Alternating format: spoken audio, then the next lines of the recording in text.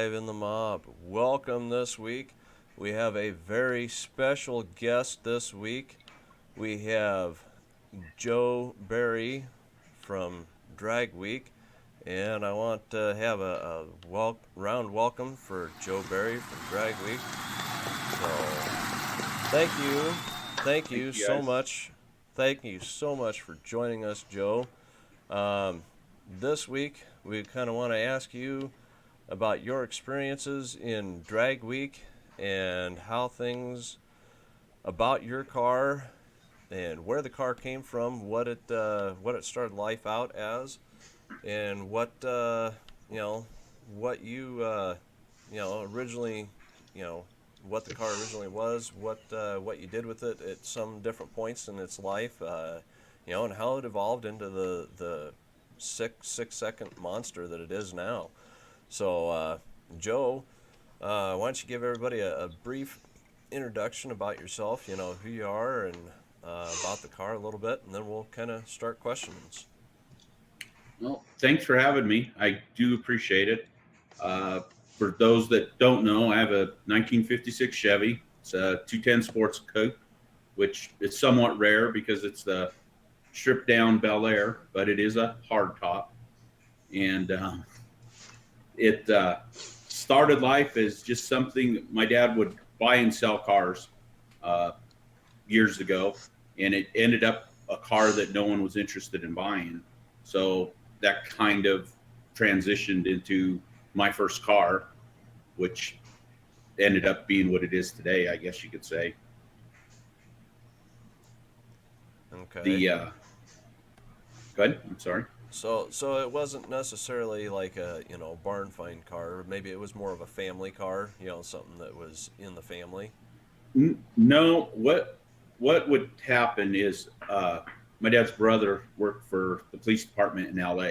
So when he's on shift, he would run around and find tri fives, Okay. and he would go and buy them up. My dad would drive out there and flat tow them back to Colorado. And back then we had the thrifty nickel, and you'd put them in the thrifty nickel and sell them. And if he could get 800, 1,200 bucks for one, he was doing good. And the car I have, no one was interested in. Didn't Hmm. didn't like 56s. Didn't thought they were ugly cars, and so he couldn't get rid of it. He had it all the way down, I think, to $600, and no one would buy it. So it basically was in our garage and just something I showed interest in and kind of developed from there. So I Okay. mean, I guess like looking at tri-fives, were tri-fives just always a part of, like, was that a special? I mean, we all like different cars, but I mean, did your dad just kind of gravitate towards tri-fives, or No, you, or he had zero interest. He thought cars were a waste of money. So it was something that, you know, it was all something I got interested in, reading magazines in school and that kind of thing. It really wasn't something, and everyone says, well, why'd you pick that? It was just happened to be the car that was in the garage, and now looking back at it, it's definitely a good choice because I'm not a Camaro guy or Mustang guy, whatever. I like the Tri Five still to this day, so that's basically, all I would personally own. Right. yeah, I would say too, seeing that car, the Creamcicle. Well, you can tell us how you come up with Creamcicle, but yeah, just the paint scheme and the wheels. Just, I mean, you know, my car, I've always had it. It was my dad's car, but just not having, being married and kids and just not having the extra funds to ever do that. You look at cars, and your car was one of them. I'm like, God, that's just such a badass car. Never thought I would be won't be a 6 second car, but anyway, it's cool. I mean, it's just a car that I always looked up to and thought, man, that's a great car. Did you ever have a car that's something that you just kind of looked at and was like, man, kind of start patterning it after that, or maybe performance wise, or just maybe just the look of it? Years ago, there used to be a gentleman in California that had a bunch of Pro Street cars. And once again, going back to when we actually had publications, magazines, and I followed, he had a 56 Chevy, he had a 55 and 56. And I liked the look of it. So I tried to tailor my car after that car. And I didn't have a lot of money, just out of high school and that kind of thing. So you do what you can with what you have, and it never had quite the luck that I wanted.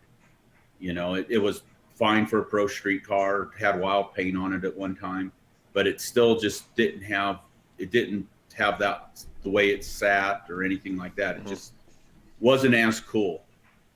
Yeah. Right. So So it just developed to. right. So then, did I seen some pictures kind of on your Facebook there? At some point, was it kind of the '80s Pro Street kind of? It Yes, you're correct. It had all the wild candies. I don't know. It had 10, 12 colors on it. We always called it the circus car.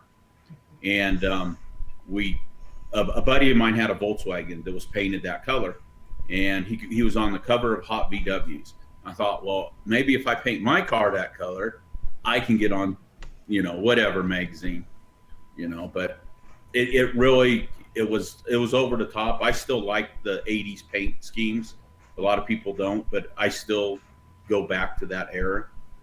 But I was talking earlier today. The car itself it was a big tire car that ran 10s. It was a slow big tire car.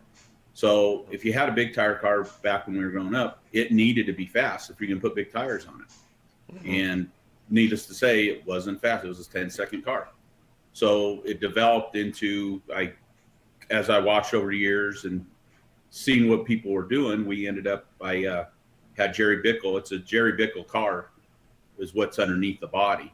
Okay, so it's a Jerry Bickle chassis then. Yeah, it's basically one of his Pro Mods with my body on it.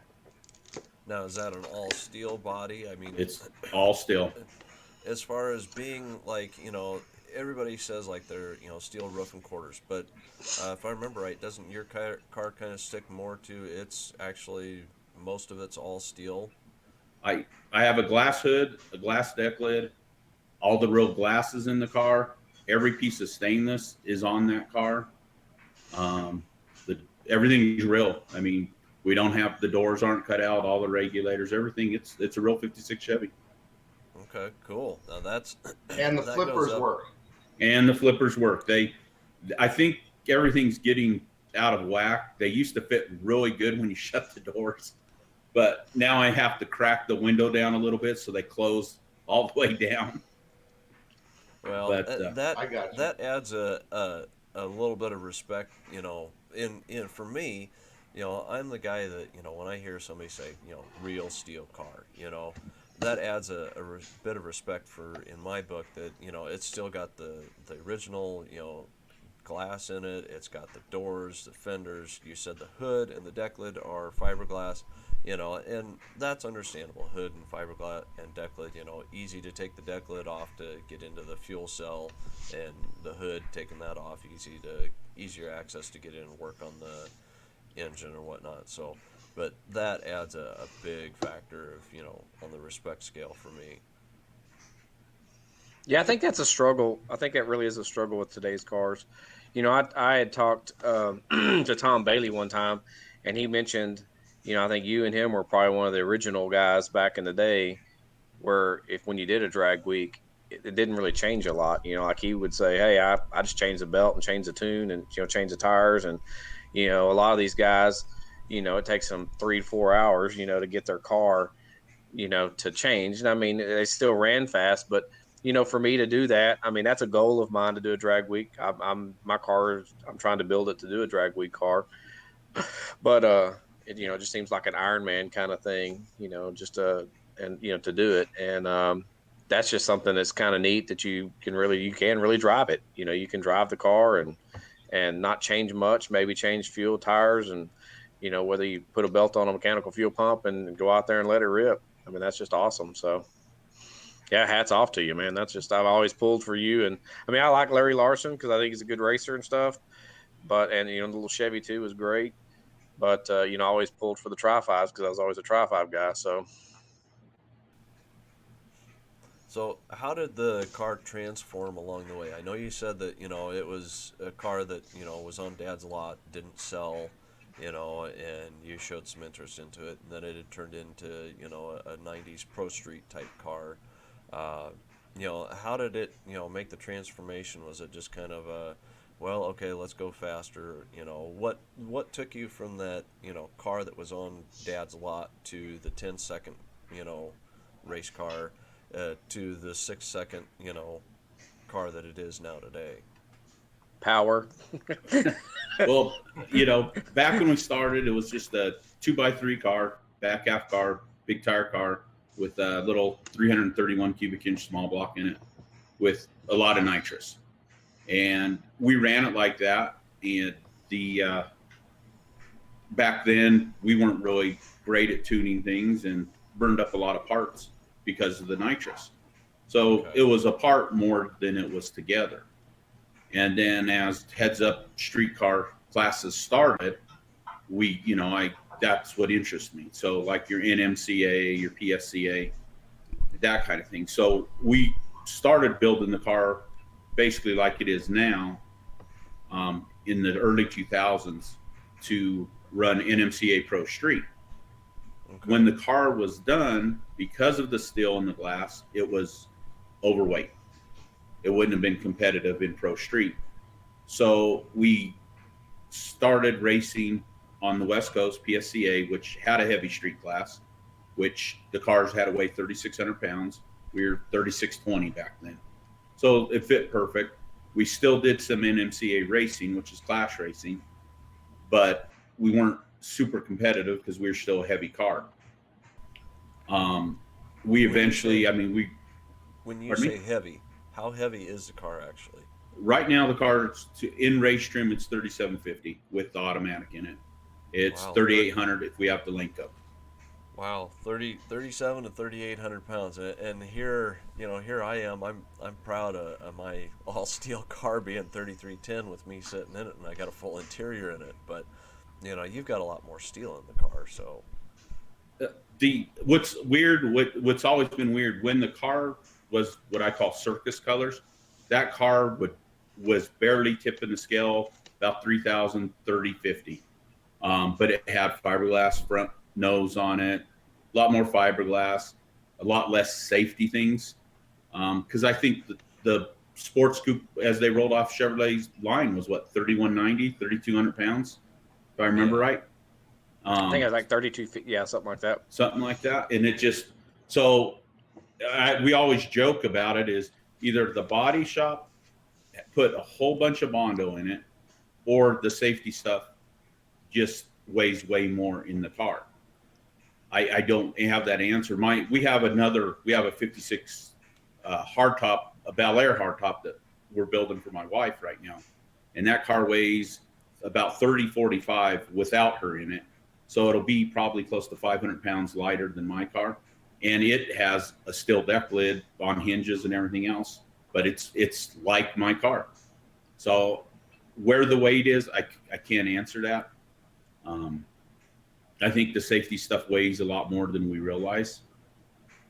Well, I think that too, and I think when they were rolled off the floor, they didn't have a Ford 9-inch or a Dana 60 in the back, and they didn't have a turbo transmission with a Linko or even any extra anything like that as far as the weight. So there was a lot of that that goes into it. Cages are not that bad with the Molly stuff, but I mean still you're adding a lot of parts, a lot of weight to that as well. So they're just heavy cars, I mean, unless you want to start taking a hole saw and cutting up under the doors and and ruining the car, I mean they're just they're just a heavy car. Joe, is your wife planning on racing the 56 you're building for her, or is it going to be a cruiser? No, it's a drag week car. We're actually in the process of two builds. We got a sedan for my son. It's a twin turbo car, and then my wife's. They'll both be 540s with big turbos. I mean, they'll be 3,000 horsepower cars, just the same. Wow. But that's what we've been working on. Mine's been sitting, collecting dust. Last year we went to the Grand National Roadster Show back at the beginning of January, and my car's just been sitting because we've been doing our best to get these other two cars done. Right. So when did you start with the turbos? We started about 2010. We switched mine to turbos because during our racing with PSCA, we were a heavy street car, and at that time the car was still faster than 750, and we had people from the class go to NHRA and complain that the cars weren't legal, which they weren't. They didn't have a tech or a spec for cars that heavy, and so they did away with the class. So I ended up with a class car that couldn't race anywhere. So if we put it in the garage in probably 2007, and it sat, and I thought, well, this is a waste. So at some point I read about Drag Week, and I thought I could do this. You know, we can do this. So we ended up building the car to go race Drag Week, and we talked to different people about engine combinations. And at that time, turbo was still new, but it still was what everyone thought the future was going to be. I remember probably in the late 90s, you know, a local track here, Mike Moran was down here with turbos.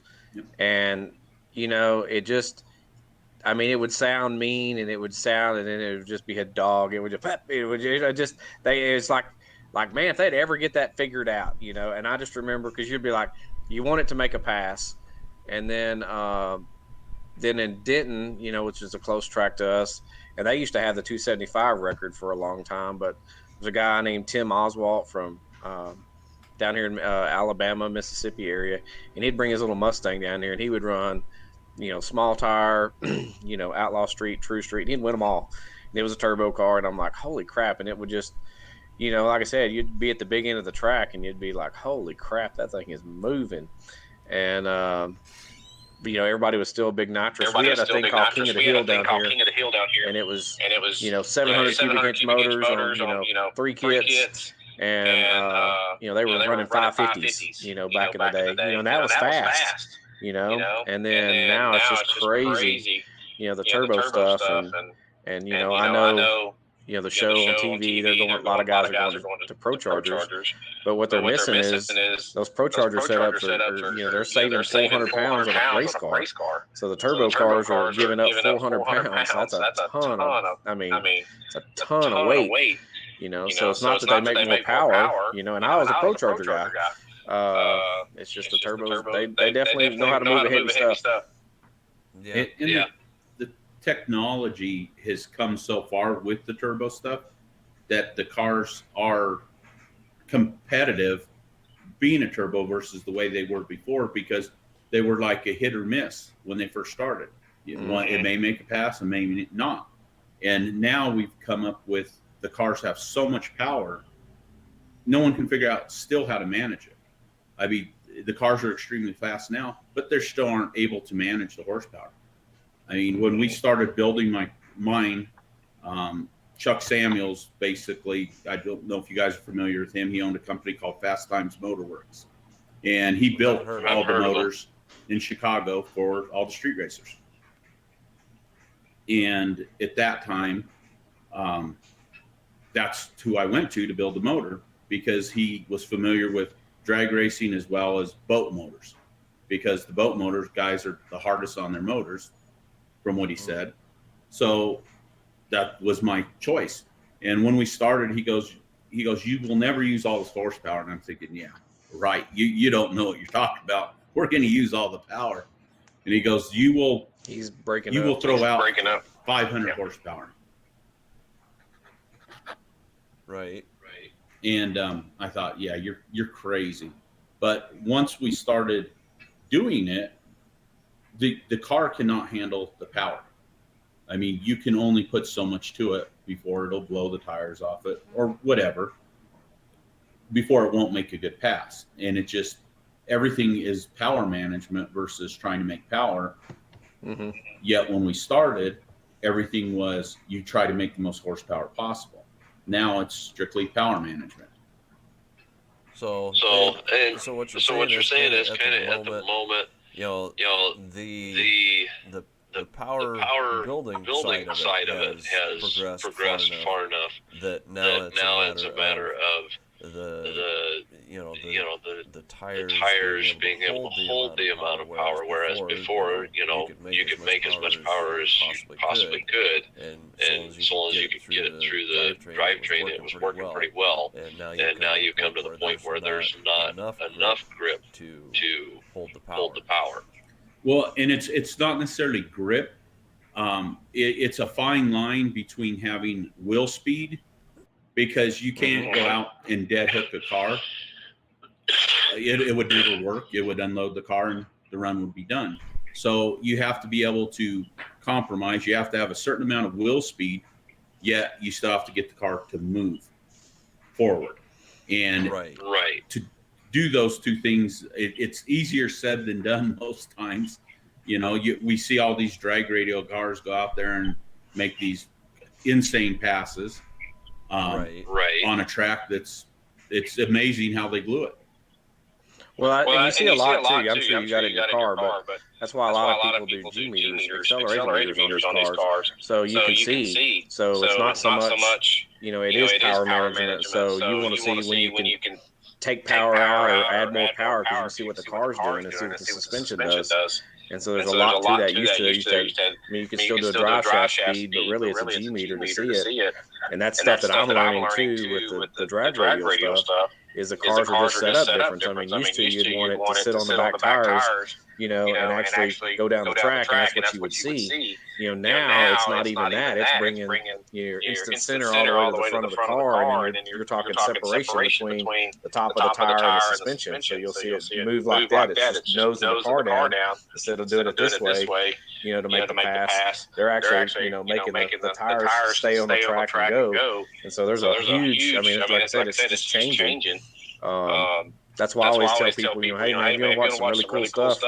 Look at Dutch races. I mean, that's amazing to see a car on a 315 run I think a 349 is the I think that's 349 is the fastest pass. I'm like, holy crap, that's a 315 drag car. Like, holy moly. They got 235 cars, and a car on a 235, that's running in the high force. So it's just amazing. So tell us, I want to know about the wheels. I've always liked they're a spindle mount, right? On the Mine are not. Mine are actually hub mount. Really? Yeah, they are a hub mount wheel. They're torque thrust. They were made by American Racing. Some point, Weld bought American Racing, and they did away with the wheel. I always thought those were like I remember a dagger or something, because they had that little point. I mean, they're just such a 5-spoke wheel. And I can remember looking and trying, like, what the hell's the name of those? Because I like the wheel so much. Like, man, because I've always been a 5-spoke guy. I do like the well magnums with the circles. I'm kind of old school with that. It's kind of hard not to knock those. But yeah, those wheels, like I said, man, the wheels and the color combination of the car it just really makes it pop. Yeah, that does look pretty good. So now, before we kind of veer off too far, the car. Where did you come up with the name Creamcicle? Is it just because you kind of think thought of a Creamcicle ice pop because they're orange on the outside with white on the inside, or what gave you that idea? It was. I'm afraid it wasn't my idea. The car was 50 sick, is how it was. All the social media. That was my doing. However, and I hate calling it a fan base, but people that follow us called it the Creamcicle, and that seemed to stick. And then I guess my wife thought it was cute, so we went from our T-shirt designs that were supposed to be, this badass '56 Chevy, to my '56 Chevy with a popsicle on the shirt, which it sold. I mean, people like the shirt, but I mean, that wasn't my idea, I'm afraid. Look who connected with a pet rock. I mean, look how much that sold. People bought pet rock, so be happy they like the Creamcicle. So it took me a while. I still have trouble with it because I don't look at it as Creamcicle, but everyone else does. So it's kind of it took on its own persona years ago, I was going to change the color of the car, and everyone flipped out. They said, you can't change it. That everyone knows that car. And I mean, I would still change it because I don't like orange. I'm not an orange person at all. Really? I like orange is not, you know, but we, at the time we painted it a color because everyone says, oh, if you want to be in magazines, you want to do this, you need to pick bright colors. So it's a bright color, but it's not like my favorite color. Everyone assumes, oh, you like orange. No, it's just, we did it at that time because I thought it was better to get the car recognition, you know, whether it be in print or something like that. You know, now if I was doing it all over again, I'd paint it colors I like. But what would that be? Give us some examples. You know, I like the blacks and the grays. I like more subtle. I don't like bright. I like something, or even stock colors. You know, my son has a sedan right now, and I'm trying to get him to go back to the original Tri-5 colors. You know, I think, you know. Well, I was looking when I was going to build my 55. I was wanting to paint the car purple because my favorite color is purple. And I was going through our local car show that it usually draws between 200 to 300 cars. And this particular year, I think it drew like 3 1/4 cars. And there was a 55 wagon that was there. It was the original two-tone green, the light green on the roof and the dark green on the main body. And when I saw that, I said, okay, it's done. That's the colors that I'm painting my car, And once I had saw that and made that decision, them original colors, they look so good together. I agree. I like the original colors. You know, you can jazz them up a little bit, but I still think they catch my eye better than some fancy color. Right.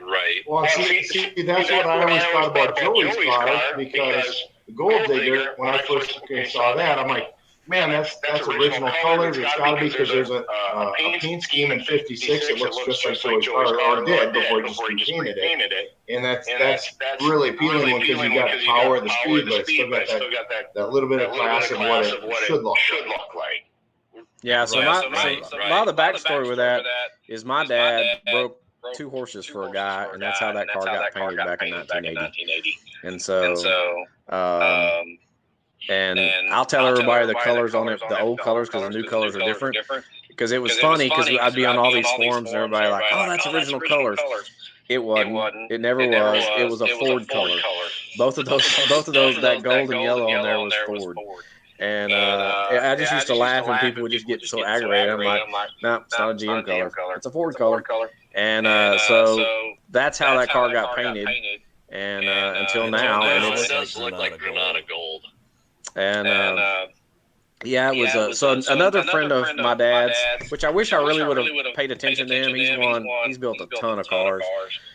His name's Daryl Nerman, and him and his dad. My dad worked for his dad.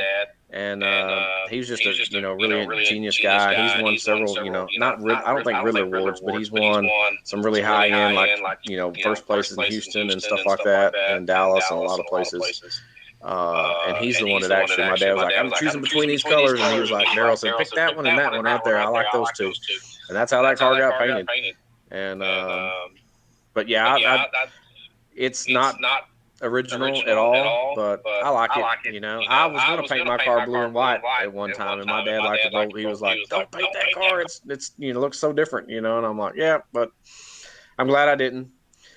And as you can see, it's it's gold and yellow. So, but see, that's where my original colors were blue, because my dad bought the car in '69, and it was God, I can't forget now. It's Camaro color, the blue. And I just jazzed it up a little bit, but this was the original color that I grew up with, so it couldn't change. You couldn't go to white, couldn't go to blue, or black or anything else. It had to stay blue, and so I just chose a little bit brighter blue than, I can't even remember the Camaro color now. It was like '69 Camaro blue, but when they stay classic, and I think that's why the patina phase is so big, because you see the classic traditional color. If it's an original patina, not a patina paint job. So that's awesome. Say, Joe, I got a question. So I'm not a racer like these guys. These guys have been, racing for years.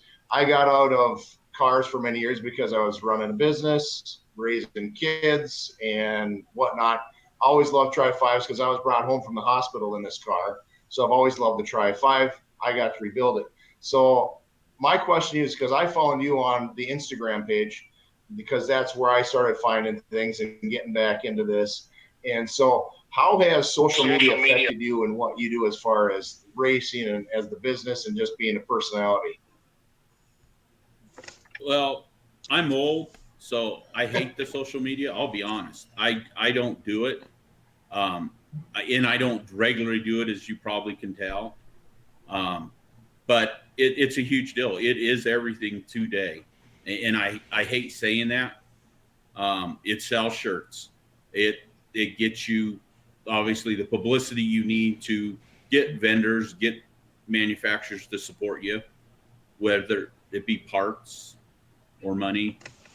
And you have to have it. It's instrumental in what we do. I mean, I lost Joe. It's I did too. Hang on. I would say half of our contacts or vendors are because of social media. Up on here, did your headphones come disconnected from the telephone? Did mine?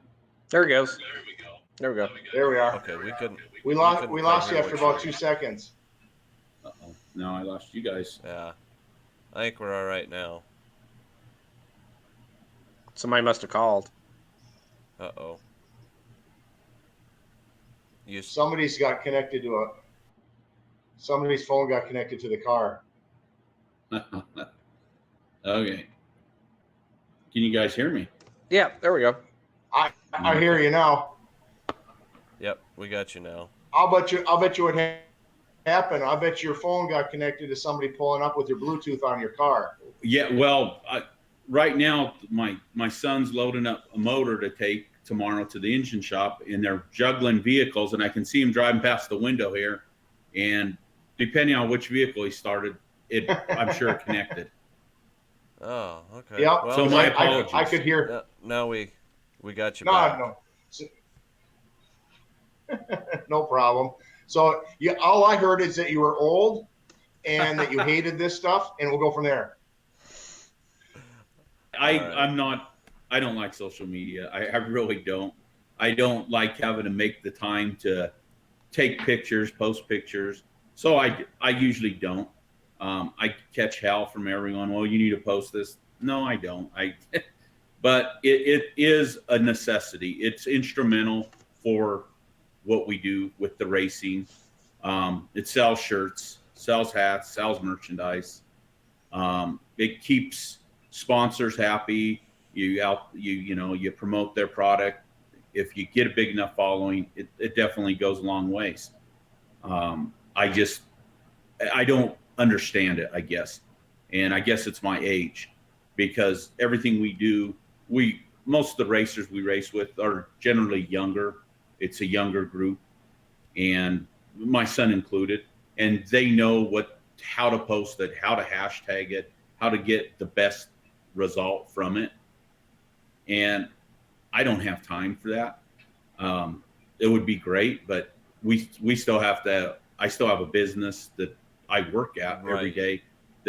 That's what truly supports the racing, And so I have a hard time with it. I mean, my son's going to be doing a new YouTube strictly for his 56, because he's young. He understands all the new jargon, all the new stuff that they do, the TikTok crap, all that stuff.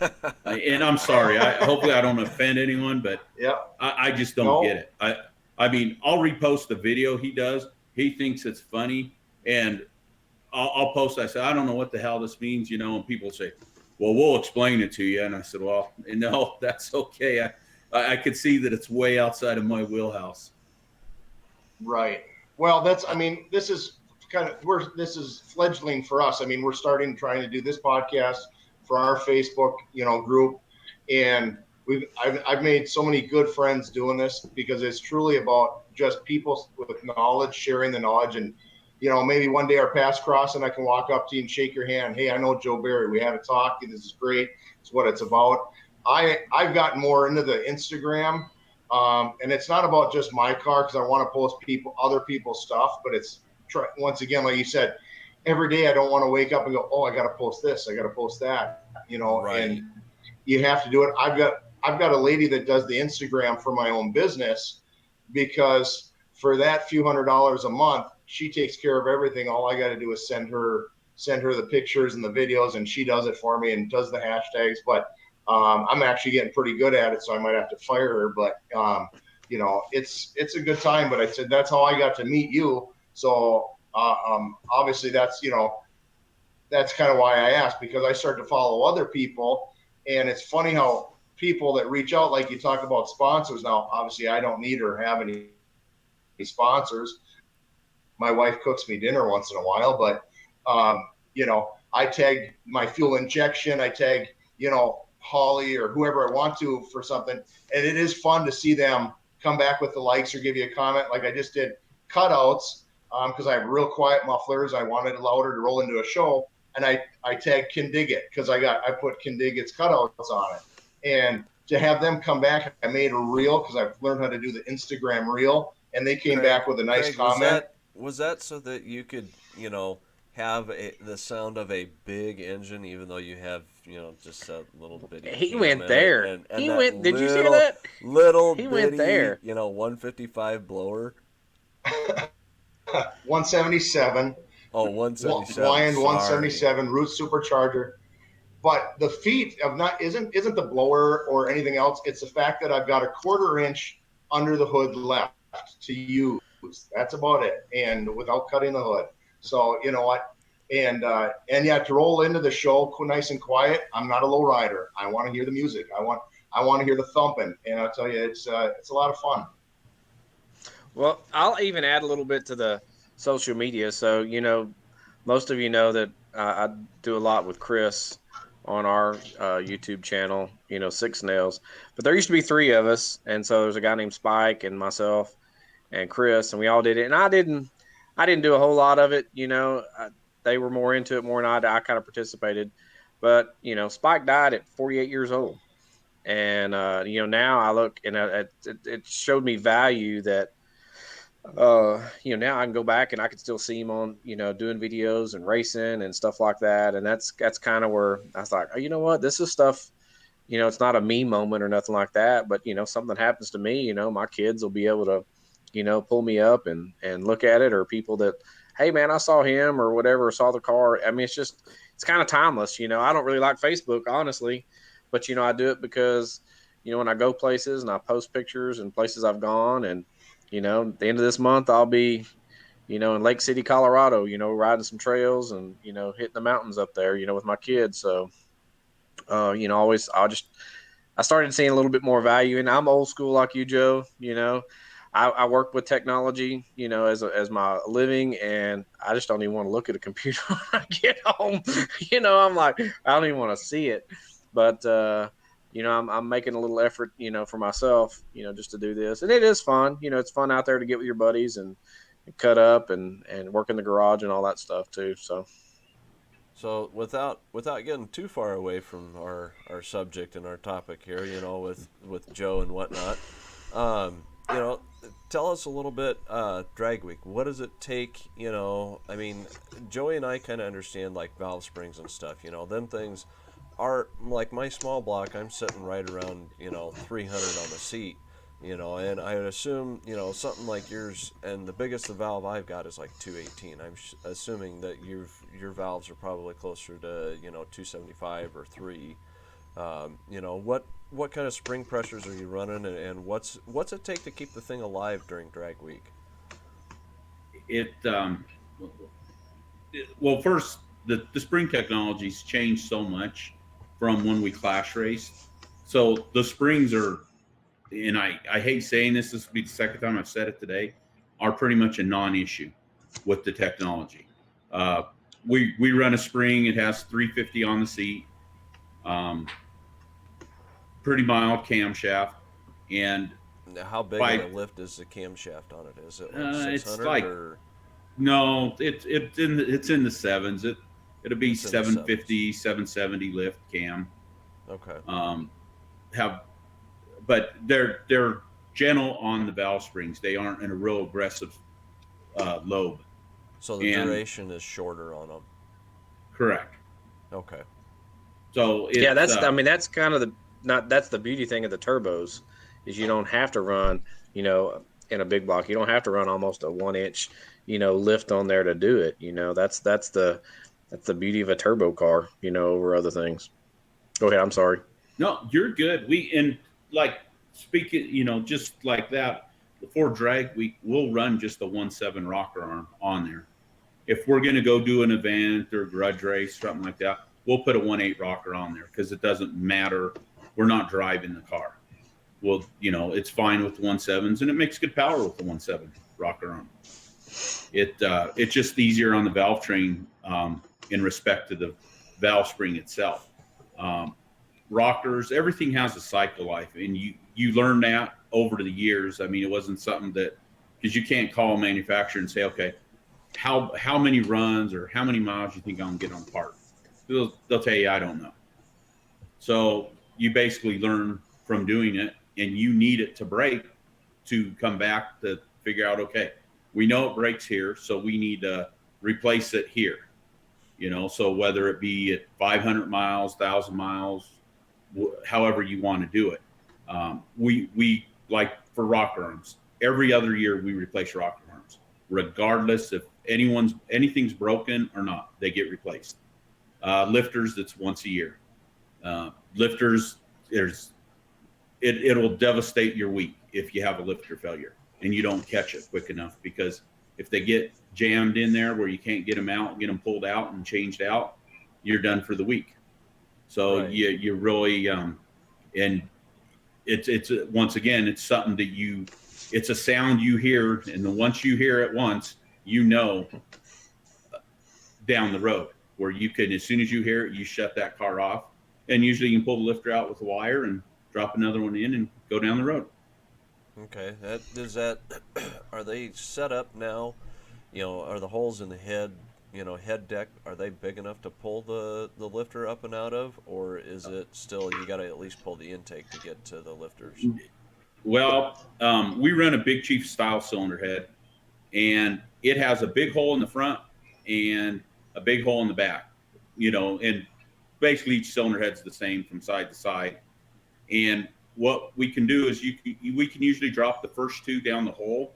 The other ones we just literally drop into the manifold, and then we stick a magnet and drag them all the way back to the back of the motor. And then we'll use a wire. I use a piano wire. We run it through the oiling hole in the lifter, and we just drop it in. Okay.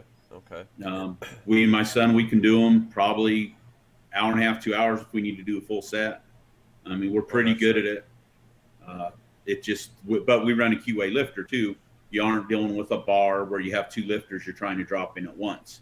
It's a single lifter, and I mean, we do it all the time. Right. What ECU are you using? Motec, Holley, or Fueltech? I'm old. I run big stuff. I have that 90s technology. Okay. Yes, sir. Okay.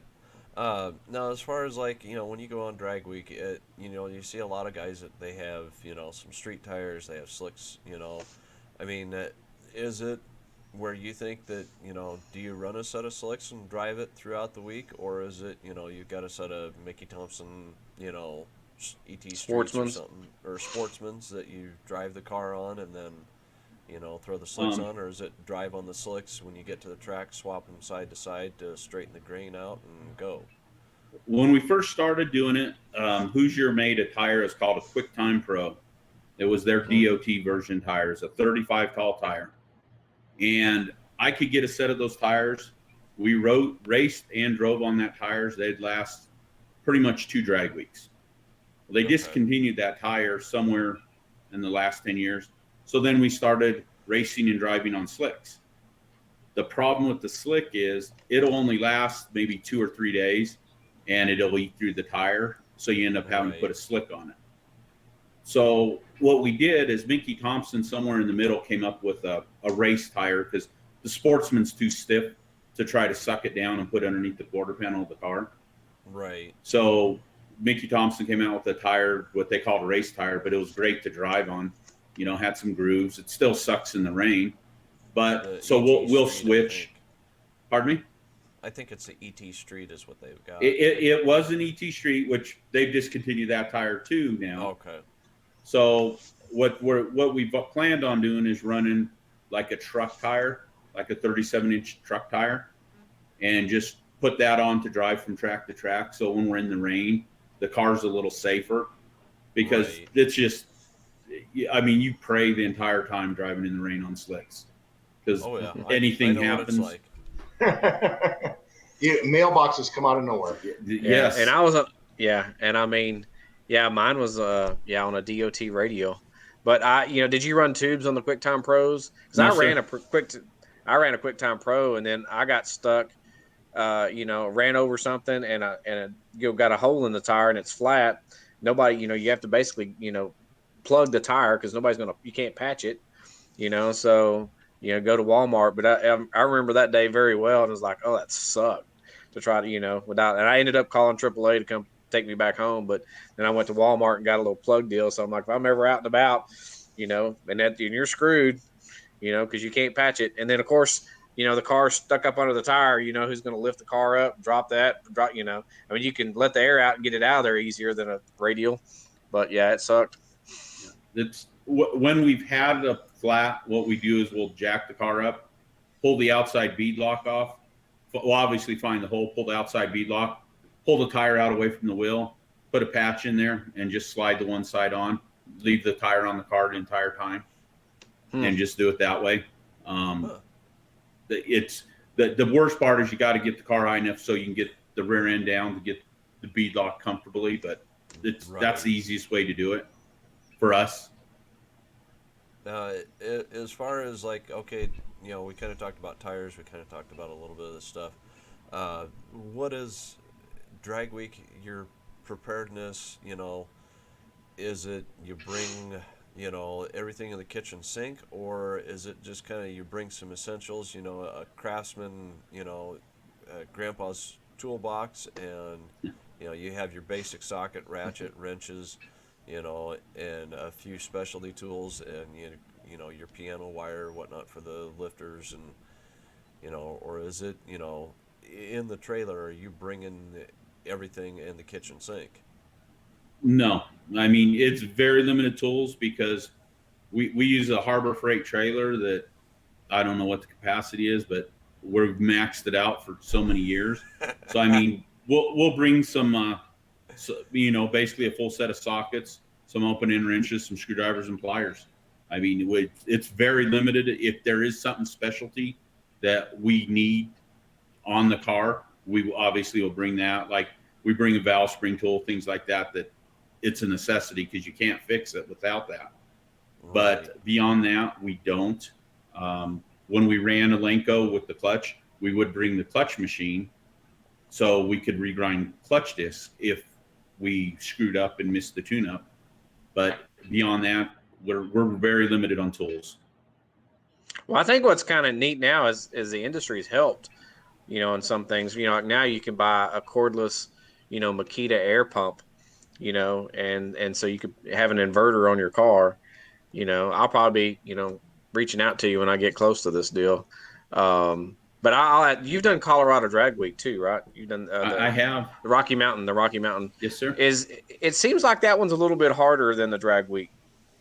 It's funny. I say the same thing, and I've done both. And the guys that do race week that come do drag week say drag week's worse, and vice versa. I don't know what it is. Matt has the drive days, which make it. I don't want to say it makes it easier, but it allows you time to get to the other track, so you can repair it. Whereas drag week, you got to be at that track at 8 a.m. the next day, regardless of what you have to service. So it's not uncommon to work all night and drive right to the track. where you don't see your hotel room and have to make that pass. Because with drag week, the first cars they call are the class cars, and that's where you want to take advantage of the best track, because the next class they call is all your daily drivers with hard tires and whatever else that are going to jack up the track. So for us, we all know that, you know, Friday nights going and testing and tuning at the local track, you know, you get up there, you get there early, get some passes in before all the street tires or the trucks with the mud tires on them or whatever come up and tear up the starting line, you know. And so, yeah, I completely understand the, you know, the theory, you know, get there and make the passes and do what you can. I know a few years back, and you probably know these guys too, but John Dodson and Jason Dozier and Scott Brown, they've done, you know, they've done quite a few drag weeks. But, you know, they talked about doing a Texas one, you know, just having one in the state of Texas, like start at Amarillo and then come down to Ennis and then, you know, hit San Antonio and then go to Houston. And that's kind of where my whole passion of like, yeah, I'd like to do that. But, you know, the Rocky Mountain to me seems like with the elevation, it's such a, that's more the, you know, the issue there to me. And then some of the rules I've read were, correct me if I'm wrong, but the drag week, you can have somebody come pick you up like a trailer. You have your own team behind you, but the other one, Rocky Mountain, they have their own team. You don't have somebody that can drive by and give you things or anything like that. Is that true? Well, neither of them can you have support whatsoever. If they catch you, you're out. Drag week or race week. Drag week is sticklers, and I can tell you, if they catch you, you're out. You can't. Oh, I thought you had some. Yeah, I thought you had to have like a follow vehicle could follow you or nothing. Okay, I misunderstood. No, it's a huge deal, and like for drag week, any of the cars that are the fast cars or in the first three positions of the class, you're an impound every day, and that you're in there with the tech inspector, and he lets nothing slip by. If you need to borrow something while you're in impound, you have to get permission. If you need a tool, anything whatsoever, and they stay with that car from impound till you go up and make your pass, and when you come back, you go straight to impound. I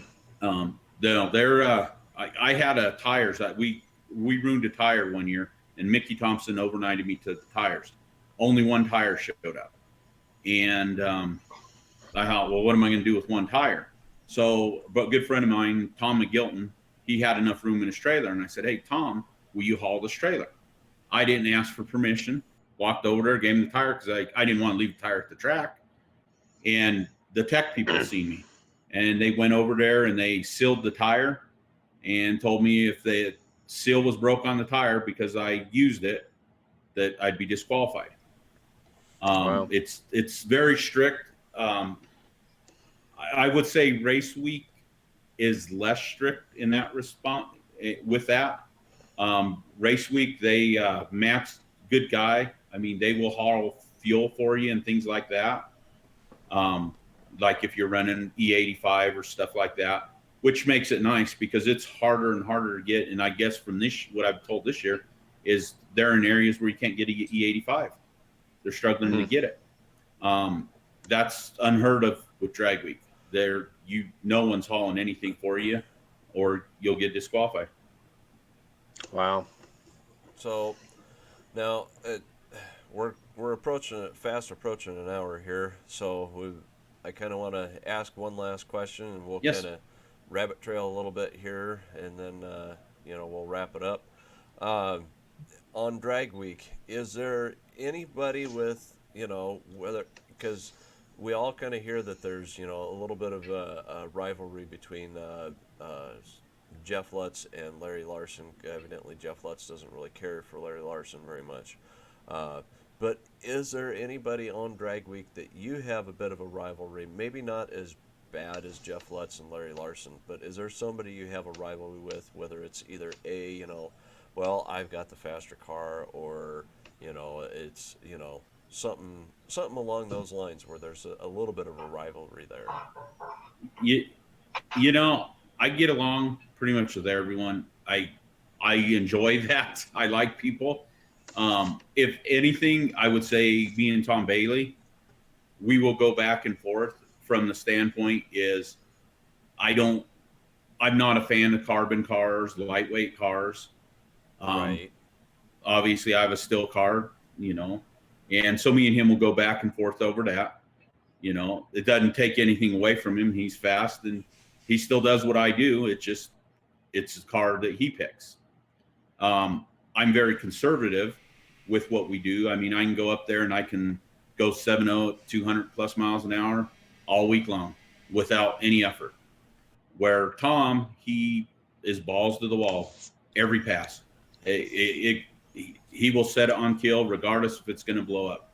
So he will bust my chops constantly and, tell me, you have a 6-second car and you go out there and do that, and so we go back and forth. So, when he kicks the rods out, I'll walk over there and he's sitting there upset. And I'll say, I said, guess what? I guess you should have been a little more conservative on that pass. And so we get our little digs into each other. But I mean, we're really good friends over the years.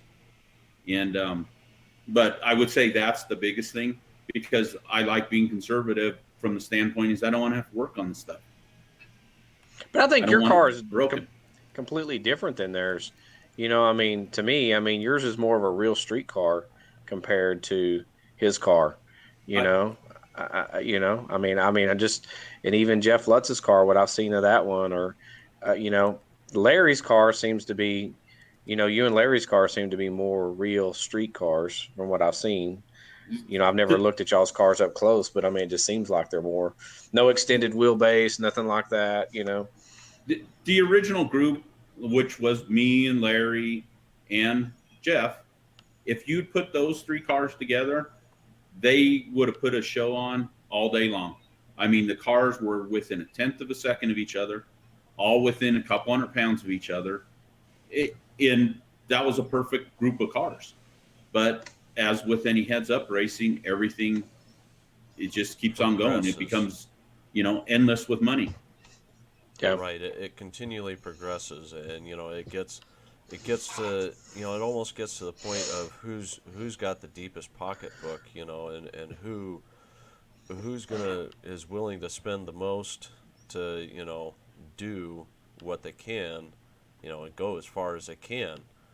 And that's where, like the little guy like me that, I want to go compete on drag week, but, my car, because it's, ladder bars and coilovers, and it's going to get thrown into a class that, I financially can't, afford to run in. So, but it's still something that at some point, sometime, I still plan on being able to do a drag week or a Rocky Mountain Race Week at some point, so. I tell people, like, we got a lot of new guys around here with newer late model cars that are fast. And then one guy is like, man, I think I can take that Bel Air of yours when I had a Pro Charger on it. And I'm like, you probably can. I said, but just remember this, I can spend money to make my car faster than yours. You cannot spend enough money on your car to make it look as cool as mine. And so that's just what it is. And, and your car, looks better than any of those other cars. So, it's still badass in my book, but no matter what, it's still not going to beat the look of that car. So, I don't care how fast it is. It's Most still definitely. it's still what I would consider, more a street car. So. Well, this week, I really do appreciate you taking your time to come and join us this week, Joe. As much as I believe Craig and Joey both appreciate you coming and spending time with us. And absolutely, in all honesty, if you're okay with it, Joe, I think we'll probably have you on here in a future show here.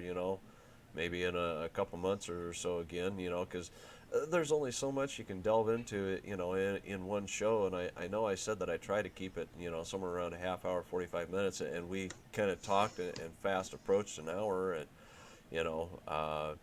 I do want to say thank you for joining us, and we'd be glad to have you on again. Like I says here in a couple months or so, if that's okay. So, Craig, any safety tips or any thoughts? Well, I honestly, I just wanted to welcome Joe to the mob because I've been following for a while on Instagram, as I said. Absolute fun to see this up because I am getting more into this all the time. I mean, I've never gone down the racetrack. I just started doing burnouts because everybody gave me crap for not doing burnouts, so you guys start doing those.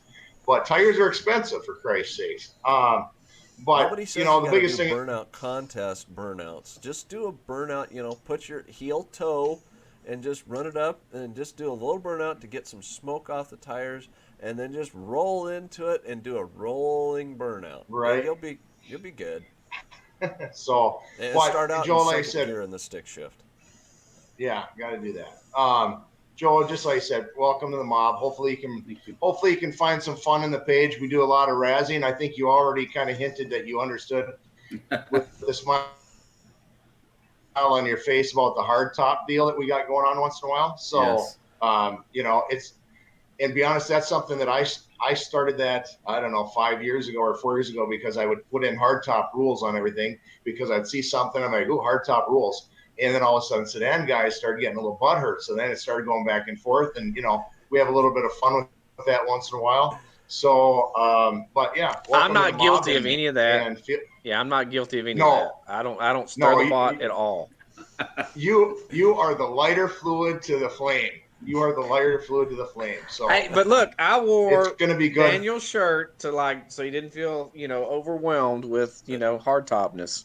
Yeah, and here I am. I show up tonight in my work shirt, and I mean that's what I usually wear. But so hey, that's all right. We're good. Awesome. Thanks for doing this, Joe. And like I said, hope to see more of you on the page and whatnot. Well, thanks for having me very much. I'll try to be more active. It's just hard to get used to the whole Facebook thing, I guess. Hey, that's all right. See now, and I just saw a comment from Richard Owens because he's like, "It'll show me how to do a good burnout." And I will say this: his car can move out and do burnouts, because we did, just for Joe, if you hadn't paid attention on page, we put a Richard Owens' video on the page. We just put a transmission rear end in his car, new clutch, and we ordered a very cheap clutch fork from a place, and I have no problem mentioning Southwest Speed, and it bent within 15 miles to being unusable. So we had to pull it all apart again and put a good one in. Didn't somebody say something about going to the GM dealer and ordering one from the GM dealer? We got the GM Performance one. We got the GM Performance one right from Summit, so we're good to go now. But it was, I'm telling you, you could put it in the bench vise and bend it back. There was absolutely no hardness to it. Well, yeah, I saw the picture of it, and that's just like, yeah, okay, that one is not, it's not. It's a cheap Chinese one, so. The pivot ball was grooved. The pivot ball had grooved in about a 1/16 of an inch within 15 miles, and it had grease on it. So you tell me how that happens. Yeah. Well, all right. I think we're gonna. Everybody have a good night. Yes, everybody have a good night. I think we're gonna wrap it up there. I want to thank everybody for watching tonight. Everybody, thank Joe for joining us and being with us. Rock solid. We will see you guys later. Thank you, guys. Yep. Thank you. Have a good day. Okay. Oh, all right. Now we are switched off on the